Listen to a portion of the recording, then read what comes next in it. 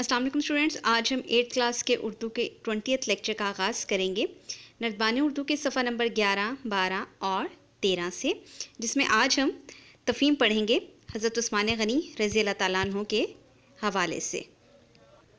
हज़रत उस्मान गनी के हवाले से कुछ मालूमात आप लोग अपनी टेक्स्ट बुक के सबक नंबर 3 दर्द दिल के वास्ते पैदा किया इंसान में पढ़ चुके हैं, और कुछ मालूमात आज आप इस तफ़हीम में पढ़ेंगे। मैं आपके सामने तफ़हीम पढ़ती हूँ, उसके बाद जो सवालात के जवाबात हैं वो आप लोगों ने तलाश करने हैं तफ़हीम से और नरबानी उर्दू पर उनको हल करना है।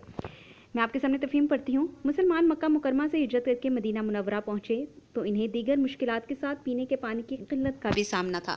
शहर के मीठे पानी का कुआं था, लेकिन वो एक गैर मुस्लिम की मलकियत था। ऐसे में एक सहाबी ने 20,000 दिरहम की खतीर रकम के इवज़ वो कुआं लेकर मुसलमानों के लिए वक्फ़ कर दिया। ये सखी शख्स हज़रत उस्मान गनी रज़ी अल्लाह ताला अन्हु थे, जिन्हें लोग उनकी दौलत की वजह से गनी कहते थे। आप 576 में मक्का में पैदा हुए। आप रज़ी अल्लाह ताला अन्हु का शुमार इस्लाम कबूल करने वाले इब्तदाई खुशनसीबों में होता है। यानी ये वो सहाबी थे जिनको अल्लाह पाक ने दौलत से माला माल भी किया और ऐसा दिल दिया जो दूसरों की मदद करने के लिए हर वक्त तैयार रहता था। हज़रत मोहम्मद सल्लल्लाहु अलैहि वसल्लम ने अपनी साहबजादी सैयदा रुक़ैया रज़ी अल्लाह ताला अन्हा का निकाह आप रज़ी अल्लाह ताला अन्हा से किया। बाद जब बीमारी के सबब उनका इंतकाल हो गया तो हज़ूर सल्लल्लाहु अलैहि वसल्लम ने अपनी दूसरी बेटी उम्मे कलसूम का निकाह हज़रत उस्मान गनी रज़ी अल्लाह ताला अन्हा से कर दिया। इसीलिए आप रज़ी अल्लाह ताला अन्हा को ज़ुल्नूरैन यानी दो नूरों वाला कहते हैं, क्योंकि नूर बेटी के हवाले से बोला जाता है कि बाप की आंखों का नूर होती हैं बेटियाँ, और हज़रत उस्मान गनी रज़ी अल्लाह ताला अन्हु की शादियाँ हज़ूर सल्लल्लाहु अलैहि वसल्लम की दोनों बेटियों से हुई, इसलिए इन्हें ज़ुल्नूरैन कहा जाता है। जलीलुल क़द्र सहाबी होने के बायस अवाइल इस्लाम के बेशतर अहम वाक़यात से हज़रत उस्मान गनी रज़ी अल्लाह ताला अन्हु का किसी न किसी नौयत का ताल्लुक़ रहा। आप सुलह हुदैबिया के वक्त मुसलमानों के सफ़ीर बनकर अहले मक्का के पास गए। रसूल सल्लल्लाहु अलैहि वसल्लम के अहद में कातिबे वही रहे। हज़रत अबू बकर सिद्दीक़ रज़ी अल्लाह ताला अन्हु और हज़रत उमर फ़ारूक रज़ी अल्लाह ताला अन्हु के दौरे ख़िलाफ़त में मशीर ख़ास के फ़राइज़ अंजाम दिए।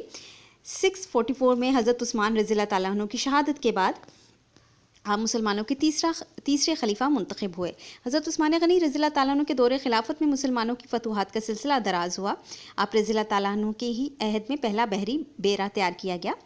कुरान पाक के मुतअद्दिद नुस्खे मुख्तलिफ ममालिक में भेजे गए। मुसहफ़ आसमानी के बारे में आप जानते हैं, जो 7 कापियाँ नुस्खों की बनाई गई कुरान पाक की, वो हज़रत उस्मान गनी रज़ी अल्लाह ताला अन्हु ने ही बनाकर बाकी शहरों और इलाकों में भेजी।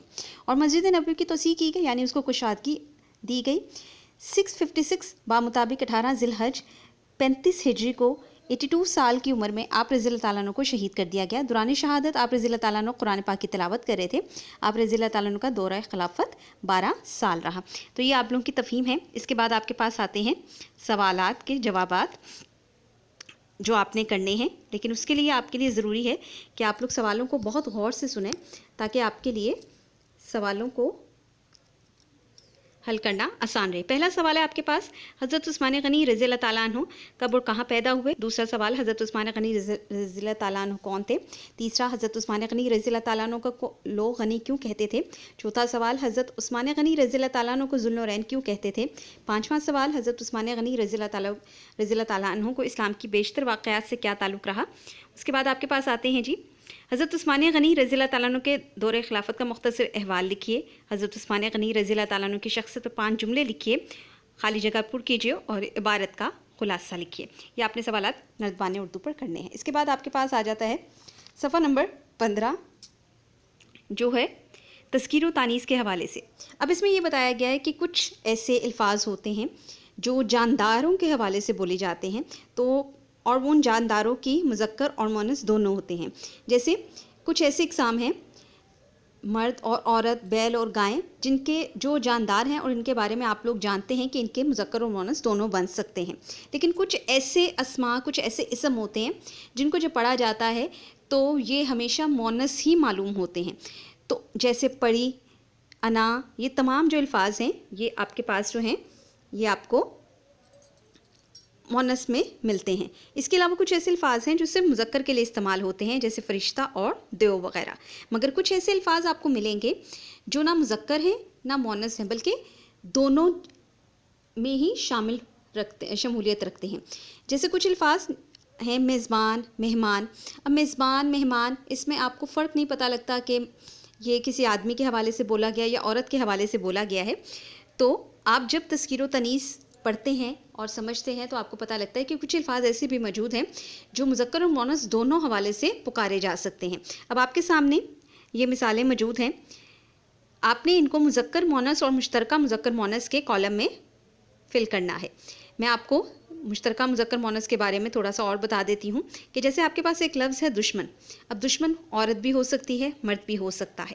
اب آپ نے اس بات کو ذہن میں رکھتے ہوئے کہ کون سے ایسے الفاظ ہیں جو مذکر مؤنث دونوں میں آتے ہیں، آپ نے مشترکہ مؤنث مذکر اور مؤنث کے کالم میں لکھ دینے ہیں۔ ایسے ہی وہ تمام الفاظ جو صرف مؤنث میں آتے ہیں یا وہ کسی جاندار کی مؤنث ہیں، ان کو آپ نے مؤنث کے کالم میں لکھنا ہے، اور ایسے ہی کچھ الفاظ جو صرف مذکر میں آتے ہیں یا کسی جاندار کے مذکر ہیں تو اس کو آپ نے مذکر میں لکھنا ہے۔ یہی آپ کا ہوم ورک ہے، تفہیم کے سوالات کے جوابات، اور اس پیج کو آپ لوگوں نے مکمل کر دینا ہے۔